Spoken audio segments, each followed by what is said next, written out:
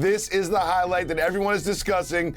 Goes up, uses the off arm, gets called for a foul. It is reviewed, and it is just a good bucket. Mr. Rose, this dunk propelled Wiggins and the Warriors to a 3-0 lead. Absolutely. He was terrific. 27 points, 11 boards, fantastic dunk over the top. The beauty of what I've seen with the Golden State Warriors, Jacoby, started a couple of seasons ago. Normally when you lose a player the caliber of Kevin Durant, that means lottery, especially when you have injuries to Klay Thompson. So what did the Warriors do? They reinvested in their team. You have future investment in Wiseman and Kuminga. Gary Payton II becomes an asset. Jordan Poole gets more minutes. You acquire Andrew Wiggins for the contract of D'Angelo.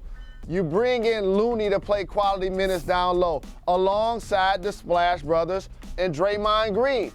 And when Klay returns and Steph deals with injury, of course they're going to struggle some. When Draymond Green is out with injury, of course they're going to struggle some. But now when they're all back and collectively whole, and Steve Kerr's on the sideline, they're just too much for the Dallas Mavs. Wallace, I'm going to need you to send me my broom for the next show, because this will be a sweep likely. I hope it becomes a gentleman's sweep. That means the Mavs at least win one game because of pride. But 105 minutes were played alongside Luka by Bullock, Powell, Bertans, and Kleber. They played 105 minutes. They scored a total of 5 points. Oof. They played 105 minutes and scored 5 points. And coming into this series, I don't care what show it was, I was asked, are the Warriors going to slow down Luka? And like I told you, he's the most dominant perimeter player in the game right now. Nobody's slowing down Luka. And by the way, he still had 40 and 11 really easy. It's just that he doesn't have enough help outside of Brunson and Dinwiddie.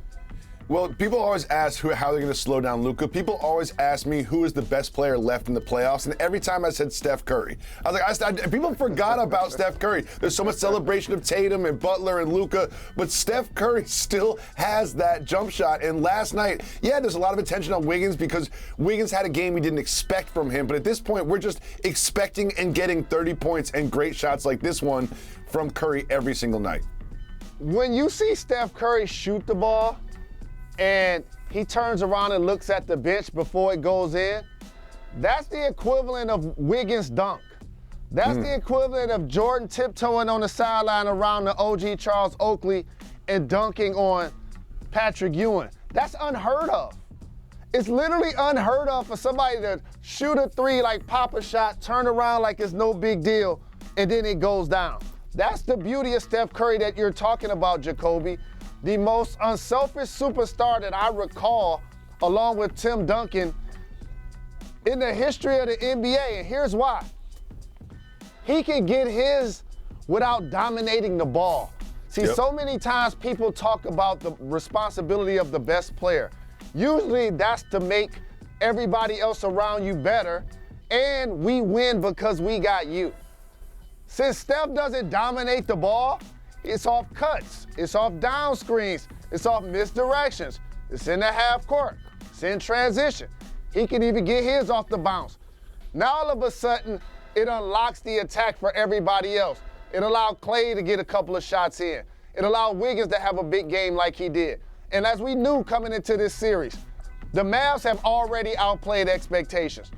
Jacoby, this reminds me of last year, the way Trae Young's greatness shot the Atlanta Hawks into the Eastern Conference Finals, and then they were overwhelmed by the Milwaukee Bucks. That's what I'm seeing from the Mavs this year going against the Golden State Warriors. Thanks for watching ESPN on YouTube. For live streaming sports and premium content, subscribe to ESPN+.